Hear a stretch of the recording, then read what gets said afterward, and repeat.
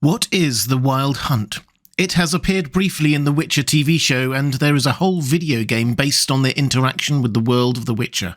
But what or who are they? Hi everyone, this is Robert. Welcome to In Deep Geek. On this channel you'll find breakdowns, explanations and theories about The Witcher, The Lord of the Rings, A Song of Ice and Fire and much more. If that sounds like the kind of thing you're interested in, there's a subscribe button in the bottom right hand corner of your screen now. And this is your spoiler warning. If you'd rather The Wild Hunt remain a mystery as you watch the show, read the books or play the video games, then this is not the video for you. The Wild Hunt are a crucial part of the world of The Witcher, in books, games and TV show, so what or who are they? Like much of Andrzej Sapkowski's creation, there is a real-world inspiration for this coming from folklore and mythologies across many cultures in Northern Europe and beyond. The details vary from culture to culture, but the centre of the narrative is a band of horse riders, sometimes spirits, sometimes elves or Valkyries or the dead, on a mad hunt across the land or skies, chasing who knows what. Their leader is often a named character, a legendary figure, or Odin or the devil himself. They are always an omen of evil, sometimes dragging people's souls to join them on the hunt, sometimes damning them to hell. Death and destruction follow in their wake. They are an expression of the wild and untamed, a source of fear and superstition. And so it is in the world of The Witcher. For centuries they have been seen from time to time as a cavalcade of spectres on galloping undead horses riding through the skies, often in winter. They are referred to in hushed tones as the Wild Hunt, or on Skellige as the Wraiths of Morhog, and are viewed as a portent for war and tragedy. And for much of the population of the continent, that's all the Wild Hunt ever have been. An occasional, unexplained supernatural event that brought ill omens like a red comet in the sky. Some mages did study them a bit, and the ill-fated Witcher School of the Viper down in Nilfgaard focused a lot of their time on the mystery, but by and large, people just carried on their lives without wondering too much about what the Wild Hunt might actually be. Which is a shame, because the Wild Hunt are not just spectral ill omens for the land, they are very real and pose a very real threat. But to understand exactly what, you have to go way back in time to even before the conjunction of the spheres. It turns out that the elves that we know of in the continent are not the only kind of elves in the wider cosmos. The ones we know are the Ainshi elves, who came to the continent before the conjunction of the spheres. However, there are also their cousins, the Ainl elves, who came to an entirely different planet. It's worth noting that these two types of elves are culturally different, even if they share a heritage. The elves on the continent feel akin to a dispossessed, lower-powered version of Tolkien's Middle-earth elves, with their beautiful cities and connection to nature. The Ainl are more like the fairies of Celtic myth, or dark elves of the Norse, otherworldly, wilder, and scarier. Anyway, the Ainl are very powerful and once had the ability to travel between worlds and dimensions at will, like the unicorns they soon came to be in long conflict with. However, that ability was mostly lost, and they found themselves stuck on a planet which didn't have everything they wanted on it. Namely, they wanted slaves, human slaves. When they could still dimension hop at will, they simply sent out raiding parties to other worlds to gather the slaves they wanted whenever they wanted. Then afterwards, they found a way to do it in a more limited fashion and in spectral form. The Ainl called these raiders the Red Riders. On the continent, they were known as the Wild Hunt. So the Wild Hunt, historically, their objectives changed a bit later on, which we will come on to in a moment, but historically they were seen by the people of the continent as simply a bad omen, but in reality they were a group of elves from another world who were hunting for human slaves and doing it in a deliberately scary way. Because the Wild Hunt were, it has to be said, very image-conscious.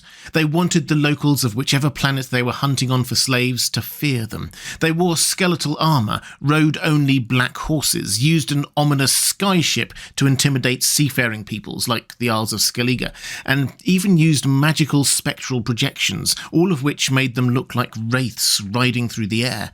Scary stuff. The very few scholars who did work out that they were a serious threat from another world were understandably ignored or sidelined.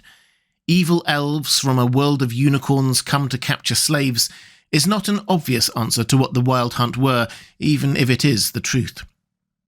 The Wild Hunt were led by Eredin Break Glass, an ambitious warrior with strong magical abilities, and though we needn't dwell on the politics of the world of the Ain-El, it's worth being aware that for Eredin, the Wild Hunt was both a positive thing in and of itself. Capturing slaves was what those elves wanted, and it was also a very canny political move, gaining him fame and notoriety at home.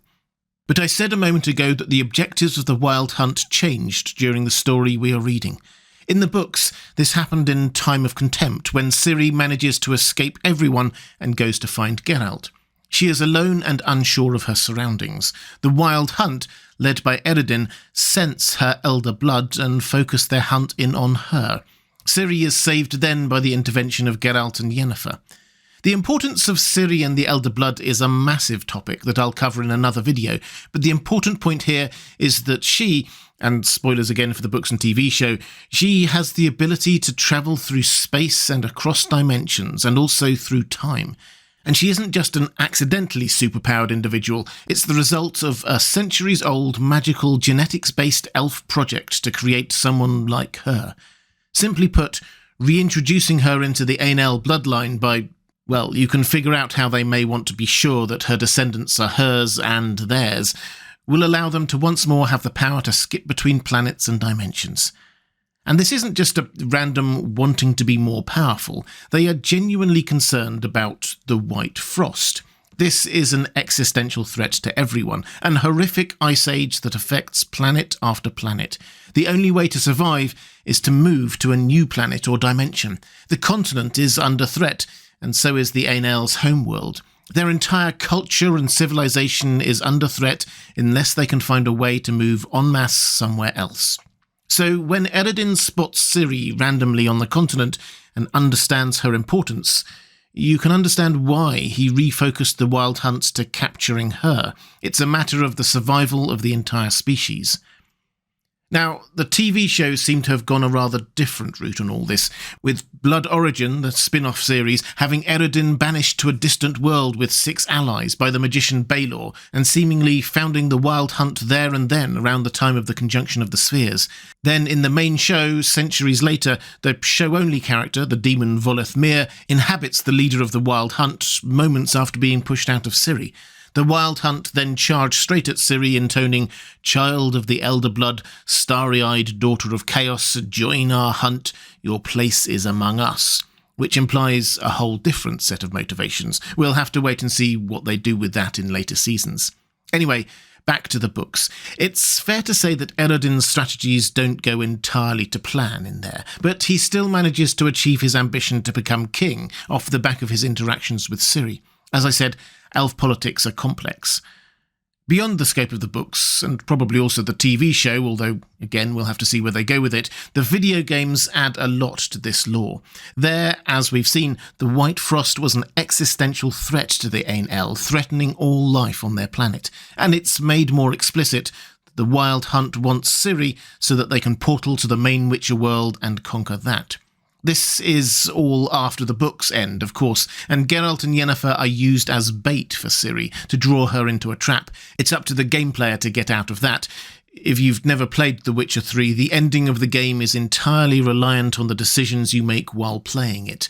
But Eredin's downfall is pretty key, and by then the Wild Hunt have more pressing concerns than raiding other worlds for slaves. So by now we have a well-rounded understanding. The Wild Hunt are elves, a different branch of elves to the one we find in the continent, hunting for slaves to take back to their homeland and trying to make themselves look scary to the locals. Then, when they see Ciri, they start hunting her because she has the elder blood that will allow them to dimension and planet jump at will and escape the White Frost. At first, she is protected by Geralt and Yennefer. Then later, as fits the overall narrative arc of the Witcher stories, she can look after herself and does so very effectively, until ultimately she decides her own fate. On this channel, I cover The Witcher, The Lord of the Rings, A Song of Ice and Fire, and much more. If you'd like to see more videos explaining the world of The Witcher, there's a link to my playlist appearing now on the left of your screen. Or to support this channel, there's a link to my Patreon page on the right of your screen. That's all for this time. Thanks for watching. I'll see you again soon.